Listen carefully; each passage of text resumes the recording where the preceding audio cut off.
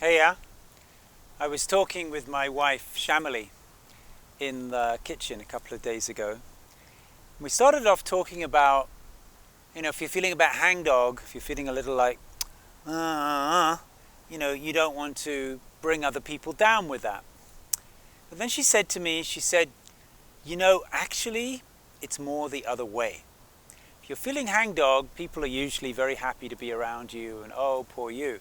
If you're feeling amazing, blissful, ecstatic, that's when you better keep your mouth shut. Because people don't like that, actually. And then I was telling Chameli a little story of what happened, and she was laughing, and I thought I would share it with you too.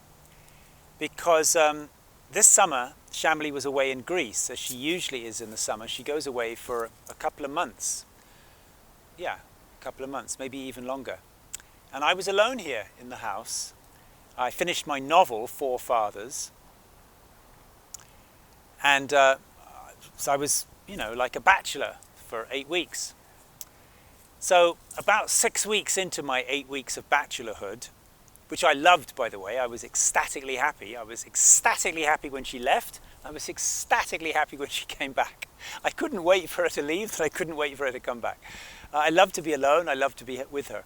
So anyway, when about 6 weeks into this, I spoke to a friend on the phone. My friend said, "Oh, Arjuna, we've been meaning to call you. We feel so badly. We've been wanting to reach out to you. We know you must be having such a hard time." And I said, "What? Why?" And she said, "Oh, we know you must be suffering so much, and we wanted to invite you over, to kind of support you." I said, "Why? What's wrong?" She said, "Well, with Chameli being away for so long." I said, "No, actually, it's been great. I've loved it." And she said, "Really? But how long was she gone for?" I said, "Well, she's going to be gone altogether for 2 months." And my friend said, but don't you miss her?"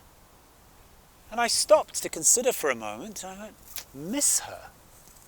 No, I don't really miss her. I don't even can't even quite figure out what that would mean, to miss her." And I said, no, I haven't missed her at all. Not even for a nanosecond. And then my friend, who is quite a conscious, decent kind of person, started to get annoyed. She frowned. Well, it was on the phone. I can just imagine she frowned. Anyway, but there was a kind of a frowning silence.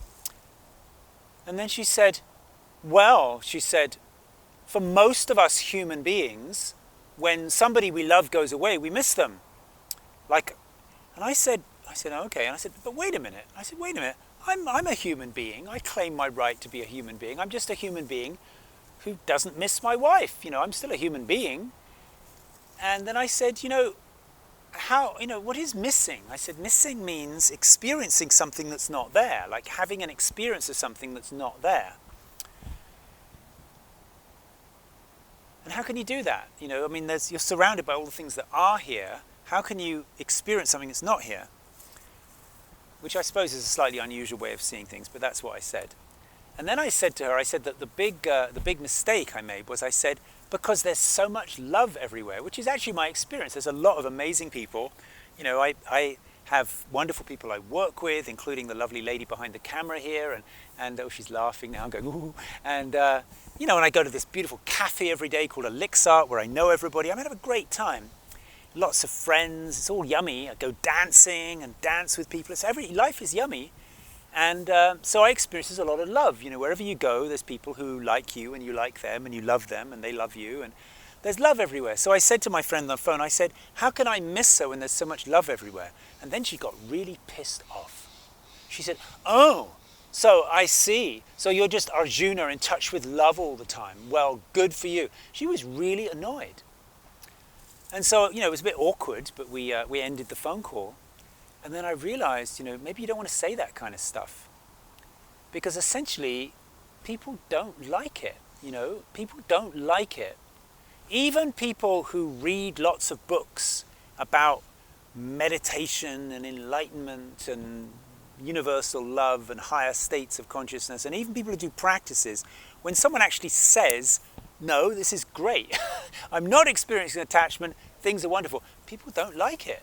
It's like, you're not supposed to do that. You're supposed to be on the path, moving towards that slowly. So anyway, and I'm not saying that life is perfect in every way, but in this particular case, I really love to be alone and get writing done. And I love it when my wife comes home as well. But it was a little interesting reflection, you know, that we are